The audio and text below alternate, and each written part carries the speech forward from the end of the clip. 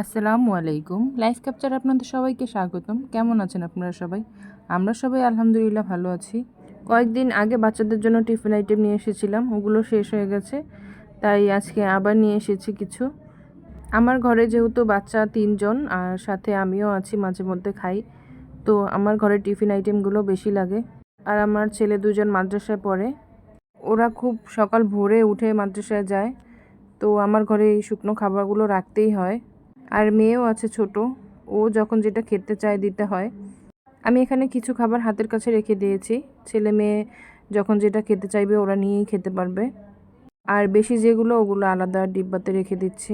বাচ্চারা যেহেতু সারাদিনের ভিতরে বেশিরভাগ সময় মাদ্রাসায় থাকে, আমার 2-3 বার ওদেরকে টিফিন দিতে হয়, তো আমি একবেলা ওদেরকে এই কিনা টিফিনগুলো দিয়ে দিতে পারি, আর একবেলা আমি নিজে তৈরি করে দিতে পারি। আবার যখন আমার ভালো না লাগে তখন বেশিরভাগ সময় কেনা টিফিনগুলোও দেওয়া হয়। আর এখানে আমি একটা বিস্কিট খুলে নিচ্ছি, এই বিস্কিটটা খেতে আমার কাছে খুব ভালো লাগে। বাজারে জিনিসপত্রের দাম এত পরিমাণ বেড়েছে যে আগে 500 টাকা দিয়ে যেই জিনিসগুলো পেতাম এখন 1000 টাকা ওগুলো হয় না, কিন্তু আমাদের আয় তো সেই আগের মতোই আছে।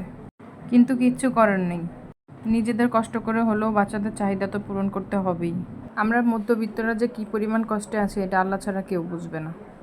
যাক, এসব কথা বাদ দিই, বললে আরও কষ্ট বাড়ে। আমি এখানে বিস্কিটগুলো বয়ামে ভরে রেখে দিয়েছি, আর এখানে ডিম নিয়ে এসেছিলাম, ডিমগুলো ফ্রিজে রেখে দিচ্ছি। আর এখন একটু চা বানিয়ে নিয়েছি, চা খেতে ইচ্ছে করছিল খুব। আর সাথে আমার পছন্দের বিস্কুটগুলো প্যাকেটের থেকে বেশিরভাগ ভাঙাই বের হয়। এই বিস্কিটটা যখনই কিনে নিয়ে আসি অর্ধেক পরিমাণ আমি ভাঙাই পাই।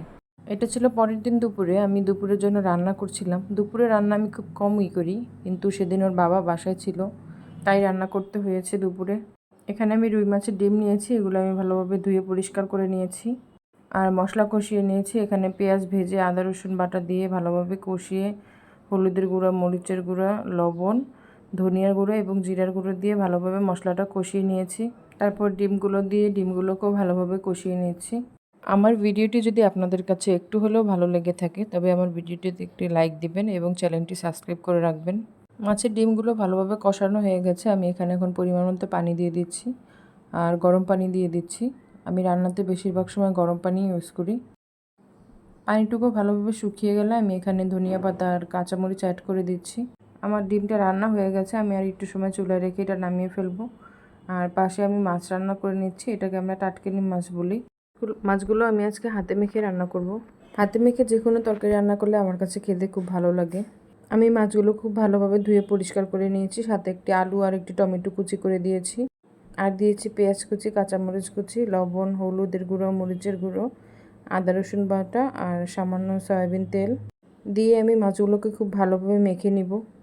মাখানো হয়ে গেলে আমি হাতটা ধুয়ে অল্প পরিমাণ পানি দিয়ে চুলোতে বসিয়ে দেব।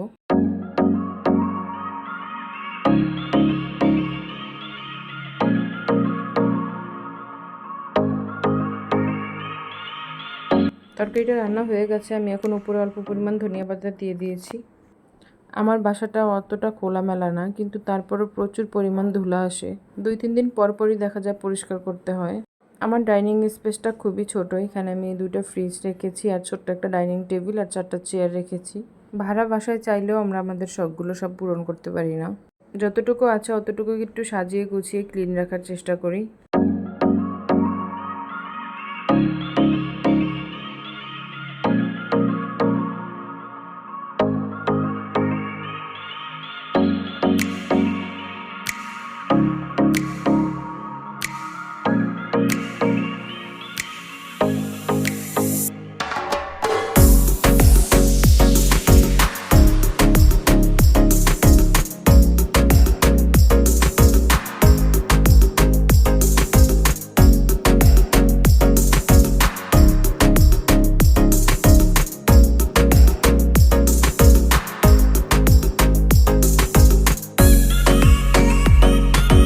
যারা এতক্ষণ যাবৎ ধৈর্য ধরে আমার পুরো ভিডিওটি দেখেছেন তাদেরকে অসংখ্য ধন্যবাদ জানিয়ে আজকের জন্য বিদায় নিচ্ছি। আসসালামু আলাইকুম।